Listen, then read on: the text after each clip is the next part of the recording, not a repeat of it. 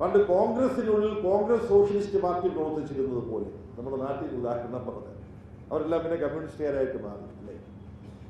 അപ്പൊ മംദാനി ഇന്ത്യയും കേരളത്തെയും നോക്കിക്കാണുന്ന ആളാണ് അദ്ദേഹം. 5 വർഷം മുമ്പ് കേരളത്തിൽ LDF ജയിക്കുകയും തിരുവനന്തപുരത്ത് ആര്യ രാജേന്ദ്രൻ 21 വയസ്സുള്ള ബാലസംഘത്തിലൂടെ വന്ന MVR ബാലസംഘത്തിലൂടെ വന്ന നയനാരും ബാലസംഘത്തിലൂടെ വന്ന അപ്പോൾ ബാലസംഘത്തിലൂടെ വന്ന ആര്യ രാജേന്ദ്രൻ 21 വയസ്സിൽ തിരുവനന്തപുരം മേയറായപ്പോൾ ലോകത്തിൽ ഏറ്റവും പ്രായം കുറഞ്ഞ മേയറായിരുന്നു ആര്യ രാജേന്ദ്രൻ.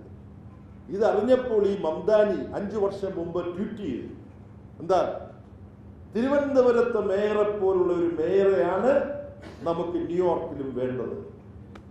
ഇപ്പൊ 5 വർഷത്തിന് ശേഷം മംദാനി മേയറായിരിക്കുകയാണ്. തെരഞ്ഞെടുപ്പ് നടക്കുന്നതിന് മുമ്പ് ന്യൂയോർക്ക് ടൈംസിന്റെ ലേഖിക ഫോണിൽ എന്നെ വിളിച്ചു. കാര്യം മംദാനി സ്ഥാനാർത്ഥിയായി തെരഞ്ഞെടുക്കപ്പെട്ടപ്പോൾ തന്നെ CPM-ന് വേണ്ടി ഞാൻ ട്വീറ്റ് ചെയ്തു, ഇതൊരു വളരെ പുരോഗമനപരമായ മാറ്റമാണ് അമേരിക്കയിൽ സംഭവിക്കുന്നതെന്ന് പറഞ്ഞു. അപ്പോൾ സംസാരിച്ചു കഴിഞ്ഞപ്പോൾ ആര്യ രാജേന്ദ്രന്റെ കാര്യം വന്നു. അപ്പോൾ ഈ ന്യൂയോർക്ക് ടൈംസ് ലേഖിക്ക് ആര്യ രാജേന്ദ്രന്റെ നമ്പർ വേണം, അത് ഞാൻ കൊടുത്തു. അപ്പം ഇടതുപക്ഷം ട്രംപിന്റെ തീവ്ര വലതുപക്ഷ നയങ്ങളുടെ അടിച്ചമർത്തലിൽപ്പെട്ട് ശ്വാസം മുട്ടുന്ന അമേരിക്കയിലും ഇടതുപക്ഷം ഉയർന്നു വരികയാണ്. അയർലൻഡിൽ കാതറിൻ കണോളി, സ്ത്രീ, ഇടതുപക്ഷക്കാരി പ്രസിഡന്റായി തെരഞ്ഞെടുക്കപ്പെട്ടു. അപ്പൊ ഇടതുപക്ഷത്തിന് പ്രസക്തി മാറുന്ന ഇന്ത്യയിൽ മാത്രമല്ല, ലോകത്തിന്റെ നാനാകോണുകളിലുണ്ട്. എന്നാൽ ഈ പ്രസക്തിയെക്കുറിച്ചെല്ലാം പറഞ്ഞ് സന്തോഷിച്ചിരിക്കാൻ നമുക്ക് നേരമില്ല. നമുക്ക് വളരെ വലിയ കടമകൾ ഏറ്റെടുക്കാനുണ്ട്. ഇന്ത്യ ഇപ്പോഴും തീവ്ര വലതുപക്ഷ ശക്തികളുടെ സ്വേച്ഛാധിപത്യ കോർപ്പറേറ്റ് കൂട്ടുകെട്ടിന്റെ ക്രൂരമായ ചൂഷണത്തിനും അടിച്ചമർത്തലിനും വിധേയമായി കൊണ്ടിരിക്കുകയാണ്. മഹാത്മാഗാന്ധിയുടെ വധത്തെ തുടർന്ന് പണ്ഡിറ്റ് നെഹ്റുവും സർദാർ പട്ടേലും ചേർന്ന് നിരോധിച്ച രാഷ്ട്രീയ സ്വയം സേവക് സംഘ്, ആ രാഷ്ട്രീയ സ്വയം സേവക് സംഘിന്റെ പാട്ട്, അവരുടെ RSSന്റെ ഗാനം ഗണഗീത്, ഇന്ത്യ ഗവൺമെന്റിന്റെ ഒരു ട്രെയിൻ സർവീസ് തുടങ്ങുമ്പോൾ അവിടെ RSSന്റെ പാട്ട് പാടുന്ന നിലയിലേക്ക് ഇന്ത്യ അധപ്പതിച്ചിരിക്കുന്നു.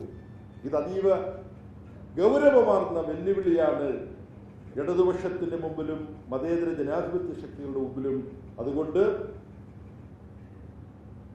MVR എന്നും പോരാളിയായിരുന്നു. ഇടയ്ക്ക് ചെറിയ കാലഘട്ടത്തിൽ പാർട്ടിയുമായി പ്രശ്നങ്ങളുണ്ടായി. പക്ഷേ ആദ്യം കിട്ടിയ അവസരത്തിൽ തന്നെ അത് ആ നിലപാടിൽ നിന്ന് മാറി ഇടതുപക്ഷത്തെ ശക്തിപ്പെടുത്തിക്കൊണ്ടേ മുന്നോട്ട് പോകാൻ കഴിയുള്ളൂ എന്ന നിലപാടിലേക്ക് MVR വന്നു. അപ്പൊ MVRന്റെ വലിയ മാതൃകയുണ്ട്. അതിന്റെ അർത്ഥം ഇടയ്ക്ക് ചില നിലപാട് സംബന്ധിച്ച സംശയങ്ങളോ ചോദ്യങ്ങളോ ആശയക്കുഴപ്പങ്ങളോ ഉണ്ടായാലും ആത്യന്തികമായി ഇടതുപക്ഷമാണ് മനുഷ്യപക്ഷം, മനുഷ്യമോചനപക്ഷം. ആ കാഴ്ചപ്പാടോടുകൂടി നമ്മുടെ നാട്ടിലെ തൊഴിലാളികൾ, കൃഷിക്കാർ, ദരിദ്ര കൃഷിക്കാർ, യുവാക്കൾ, മഹിളകൾ അടിച്ചമർത്തപ്പെടുകയും അരികുവൽക്കരിക്കപ്പെടുകയും ചെയ്യുന്ന പട്ടികജാതി, പട്ടികവർഗ, പിന്നോക്ക വിഭാഗത്തിൽപ്പെട്ടവർ, ഇവർക്കെല്ലാം മോചനം ചെങ്കുടി പ്രസ്ഥാനമാണ്, ഇടതുപക്ഷ പ്രസ്ഥാനമാണ്. ആ ബോധത്തിലേക്ക് ഇനിയും ഒരുപാട് പേര് എത്തേണ്ടിയിരുന്നവർ എത്താതെ മറ്റു പല സ്ഥലത്തുമായി നിൽക്കുന്നുണ്ട്.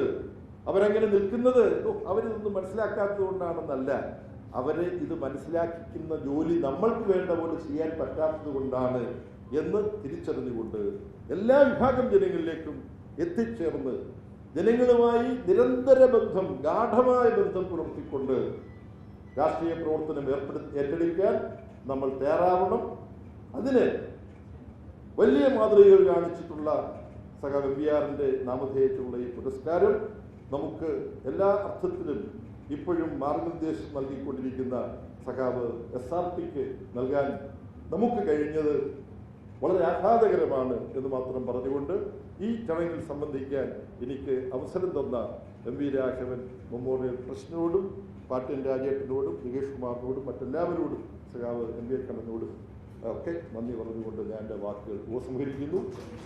ഈ മാറുന്ന ഇന്ത്യയിലെ ഇടതുപക്ഷം എന്ന വിഷയത്തെ ആസ്പദമാക്കിയിട്ടുള്ള ഈ സെമിനാർ നമ്മളെല്ലാവരും കൂടി ചേർന്ന് ഉദ്ഘാടനം ചെയ്ത് കഴിഞ്ഞതായി പ്രഖ്യാപിക്കുന്നു. നന്ദി. അഭിവാദനം.